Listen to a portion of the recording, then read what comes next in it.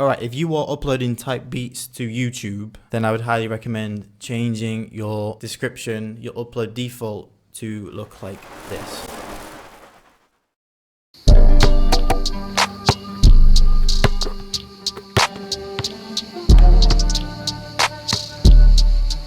Kobe! Nope. Nope. I'm so happy I found this court, man. Like, it's so good just like to come out and just play. I like to run, I like to lift weights, I like to, you know, like do actual exercise, but sometimes it feels like a chore. I could come and do this like all day, every day, man. It's so much better. And there's a skate park, which I'll probably attempt at some point.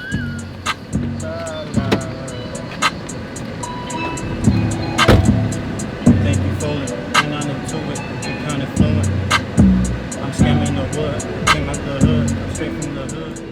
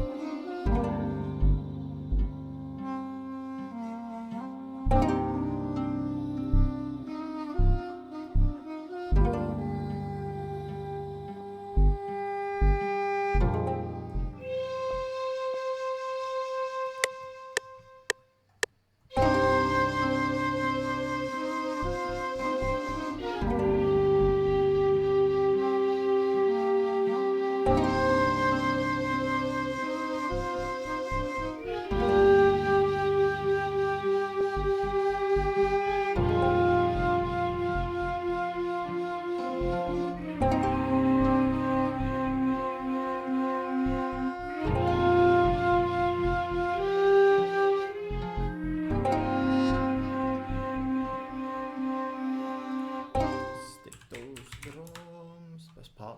Turn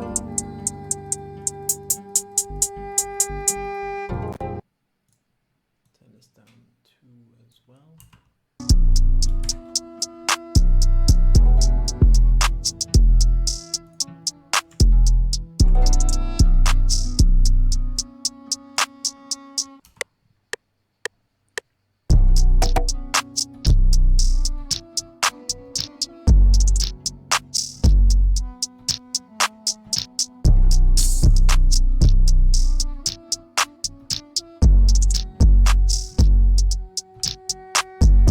Alright, if you are uploading type beats to YouTube, then I would highly recommend changing your description, your upload default to look like this. And this is quite a big gem, and I'm going to explain why it will be beneficial, not because you're going to get ranked and you're going to get tons of views, but because it simplifies everything for the person that's listening to that beat. If they want to buy the beat, it's super easy for them to get to it. I truly believe that this will be more beneficial than the opposite thing that I'm about to explain as well. I need to explain this for me to then explain the second part. So let's take a look at my screen right now. So the upload defaults, now this is the bit I want to focus on in this video. And if you want to sell beats, I genuinely believe this is probably the most optimal way to do it on YouTube, to simplify everything for the person listening to the beat, because as we know, there is a ton of beats on YouTube. It's so easy for them, if they get confused, it's so easy for them to just go, it's okay, it's a nice beat, but I can't be bothered with all this mess. I'll just see something else. They hear another beat they like, it's really easy for them to get onto that. You lose a potential sale or a potential download, or somebody that's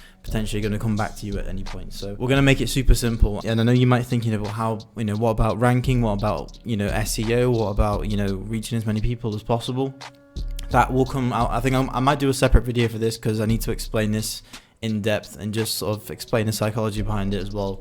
So if you guys want me to do sort of like a tags video on, you know, what tags should you use on YouTube in 2020, then drop me a comment down below and I'll make it. But for now, I'm just going to concentrate on the description. So what we want to do is make it as easy as possible for that person who's listening to your beat to get onto that beat. This is what I used to do, and I don't think this is beneficial. So I had my beat at the top, I had the link to the beat, which is fine. Then I had the pricing and the bulk deals, which is also fine.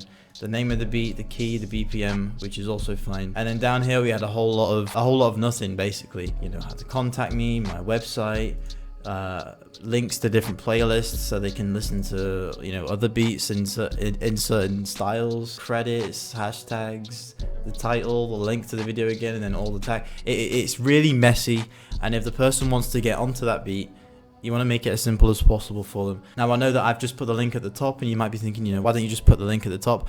But if you think of this in terms of treating your Type Beat channel as a sales funnel, then this will make a whole lot more sense, because yeah, most people might just come and scroll down and click on this top link here and it'd be fine. But you want to decrease and you want to eradicate any chance of them clicking on something else, you know, clicking around, you know, browsing and then leaving. You want them to get to that beat as quickly as possible. So instead, what we're going to do is come to settings, come to upload defaults, and we're going to make a few changes. So if your descriptions look anything like that previous one, I'd recommend just trying this out for a little while and see how you get on with it. Now, if you're new to this and you're barely getting any views and subscribers, then it's not going to just switch on a sales button, you're going to get tons of sales.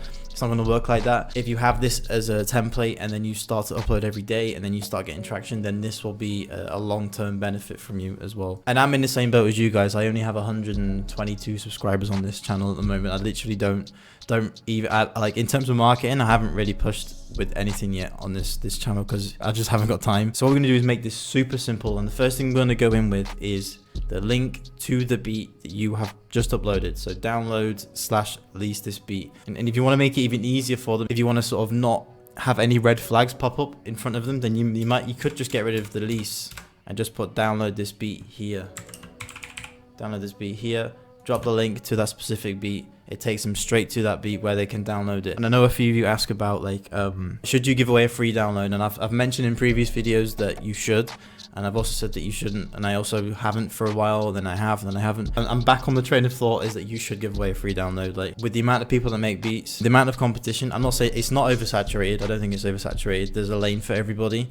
But you want to make it as easy as possible for that person to work with you. So I just give them a free download, free for non-profit. You're never going to know if they're going to upload that beat for profit anyway. You have no control over it. But just give them a free download for non-profit and just make it clear that it's for non-profit. In terms of tags on the beat, if it's a free beat, just give one tag at the beginning and let the beat just be untagged for the rest of it, because if it's a free beat, then give them a free beat, not a beat where there's like 10 tags. They can't really get into it whilst they're recording it in the studio, you know, and it just kind of dries out. Just give them a beat, just give them a beat, you know, just give them a beat that they can actually make a song with, not a song with tags running all the way through it saying purchase your tracks today. Just give them a beat, honestly. If they're really about their business, and the people that download the free beat would not then come back and buy the beat just because there's tags on it.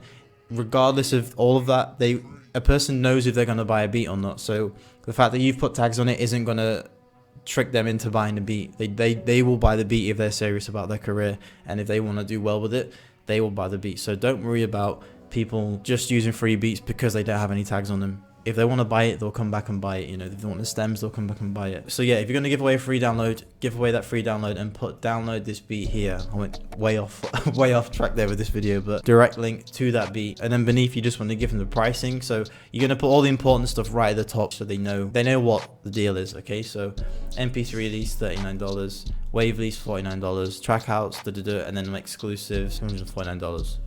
Boom. Okay, beat name, not as important, so I'm going to put the beat name underneath.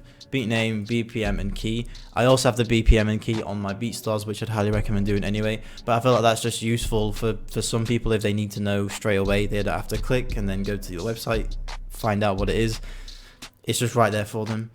And then underneath, I'm just going to put that free for non-profit, you know, free for non-profit, must credit me, Then I've put my credits, and then I've put a couple of hashtags, my name, and then type beat. The main focus is this right here at the top. You will notice that there is only one link in this description, and this is very important. The reason why I have dumbed it down and simplified it to one link is because of the whole sales mentality that I spoke about earlier. So we want to treat this as a sales funnel. We want to treat this as they like the beat, give them one option if they like the beat to get onto that beat. Give them that one option, give them that one link that takes them straight to the beat. You don't want to have your Instagram, your Twitter, SoundCloud, and all these extra links, because if they just go down, scroll to your IG, look around, they might forget about the beat. So you just want to give them that one option, take them straight to the beat, where they can download it straight away. And the psychology behind it is this: they're way more likely to remember you and come back to you if you make it as easy as possible for them to get to your beat. If you're bombarding your description with links to other socials and links to different playlists, then you're making it harder for them to access that beat and access your work. So make it so easy that it's easy for them to come back to you again and and download stuff from you and buy from you and use your beats. So that's the goal. That's the goal at the beginning. If you're uploading free beats to YouTube, the main goal is for them to get to that beat. So make it as easy as possible and just give them that link. And like I say, like, you're way more memorable if you are convenient. Okay, if you are super convenient and super easy and you make nice beats, you're gonna stick in the head of someone who is looking for beats, because every time they look for a beat, they know it's super easy to jump on your beats, so they're going to search for you straight away. I truly believe at the moment that in 2020, I feel like this will be a lot more beneficial in terms of just pulling more traffic straight to your beats, to the direct beat every time you upload one. So if you are uploading beats, then I'd highly recommend copying this structure. So just to clarify what we've got the download link right at the top, tell them exactly where they can get it, then the prices, then the beat name, the BPM, the key, then the free for non-profit beneath that, the hashtags beneath that, the title, and that's it. No other links to socials or anything like that. I know some of you are going to say, but how are you going to get them to discover you on other pages? They will discover you, trust me. They'll look for you. It's not difficult to find you if your name is consistent on social media, other platforms. Don't worry about them finding it difficult to find you or contact you. It's easy to contact you if you have a consistent name on socials, okay? And you can also just put your Instagram on your BeatStars page as well. That's and they can find it there. It's not a big deal. So yeah, that is what I would recommend. If you want people to get to your beats easily and get them to download the beats and buy the beats, give them a free download and just put that one link in the description, and yeah, you will be good.